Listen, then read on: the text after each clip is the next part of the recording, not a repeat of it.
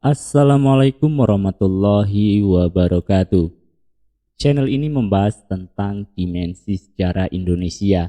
Materi video ini diambil dari berbagai sumber. Buang energi negatif dan ambil sisi positifnya. Selamat menyaksikan. Benarkah Sabdo Palon menagih janji? Sabdo Palon dikenal sebagai penasehat spiritual di tanah Jawa.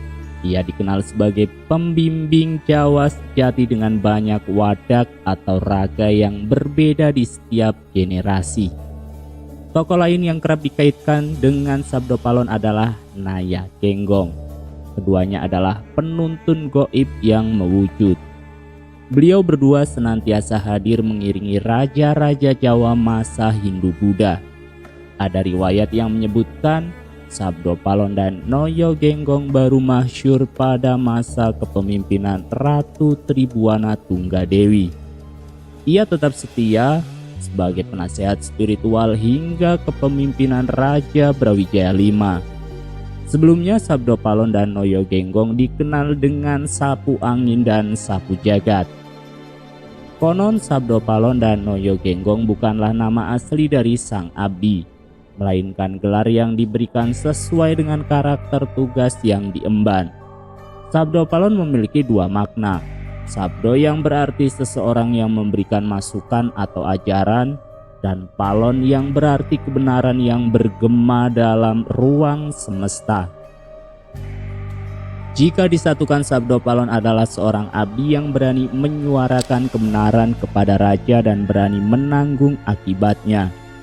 Sementara Naya Genggong, Naya berarti Nayaka atau abdi raja, dan Genggong yang bermakna mengulang-ulang suara.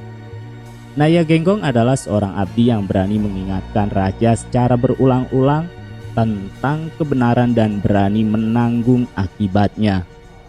Nama Sabdo Palon banyak dikisahkan dalam serat Jangka Jayabaya Sabdo Palon, atau yang banyak dikenal dengan Jangka Sabdo Palon. Jangka Sabdo Palon diyakini sebagai karya pujangga Raden Ronggo Warsito. Jika selama ini dikatakan serat tersebut ditulis sebagai ramalan kehancuran Islam setelah 500 tahun kehancuran Majapahit, maka sebetulnya tujuan akhir dari pengarang serat Jangka Sabdo Palon ternyata adalah sebuah proses untuk menerima Islam. Nukilan syair dalam Jangka Sabdo Palon yang diduga ramalan kehancuran Islam di Jawa adalah pepestene nusa tekan janji, yen wus jangkep 500 warso, kepetung jaman islami musno bali marang ingsun, gami budi madeg sawiji. Atau yang berarti takdir nusa sampai kepada janji, jika sudah genap 500 tahun terhitung dari zaman Islam, musnah kembali kepadaku, agama budi berdiri menjadi satu. Bait ini terletak di penghujung akhir serat Jangka Sabdo Palon.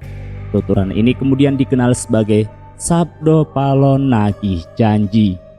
Sabdo Palon memberitahukan tanda-tanda sosial dan tanda-tanda alam yang akan muncul di zaman kembalinya nanti.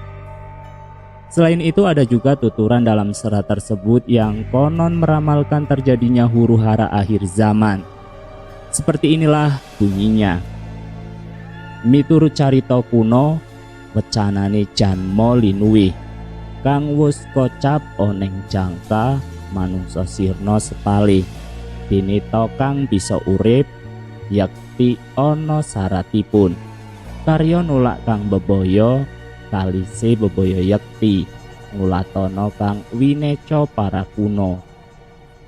Terjemahan bebasnya adalah menurut cerita kuno dari para leluhur yang memiliki kelebihan dalam spiritual. Semua cerita yang disampaikan para leluhur telah tertulis dalam kitab Jangka. Kelak umat manusia di masa depan akan lenyap separuh dari jumlah total yang menghuni bumi. Mereka yang bisa bertahan hidup harus berusaha dan bekerja untuk menjauhkan diri sendiri dari berbagai mara bahaya. Cara untuk mempertahankan diri dari prahara di masa depan adalah dengan membaca, meresapi dan menjalankan ajaran-ajaran para leluhur. Ada juga petikan dari Jangka Sabdopalon yang konon meramalkan terjadinya letusan Gunung Semeru. Ini termuat dalam Pupuh Sinom. Sanget-sangeting sengsara kang tumuwuh tanah Jawi. Sinengkalan tauniro lawang sabto mesti aji. Upami nabrang kali prapteng tengah-tengahipun kaline banjir bandang. Jerone nyilepake jalmi kathah sirna manungsa kathah pralaya. Atau yang artinya sangat-sangatnya sengsara yang timbul di tanah Jawa. Ditandai pada tahun 9781. Seumpama menyeberang sungai, sampai di tengah-tengahnya sungainya banjir bandang. Dalamnya menenggelamkan manusia. Banyak manusia mati, banyak bencana. Angka 9781 pada jangka tersebut dibaca menurut Candra Sangkala menjadi 1879 atau 1978 dalam pembacaan tertentu. Pada tahun 1978 inilah Gunung Semeru meletus. Ramalan tersebut juga dinisbatkan pada meletusnya Gunung Merapi pada tahun 2010 yang lalu. Ini berkait dengan janji Sabdopalon Nayagenggong sebelum moksa. Dan ingatlah keharuman air wangi nanti akan bertahan selama 500 tahun dan 4 zaman. Hitungan zaman paling dekat dalam penanggalan Jawa adalah sewindu atau 8 tahun. Jika demikian 4 zaman dikali 8 berarti 32. Maka isyarat meletusnya Gunung Merapi terjadi 32 tahun sesudahnya. Hardi Agung-Agung Samyo huru harang gegerisi. Gumaleger swaraniro lahar wutah kanan kering. Ambleber anglepi rajang wono lan kesagung.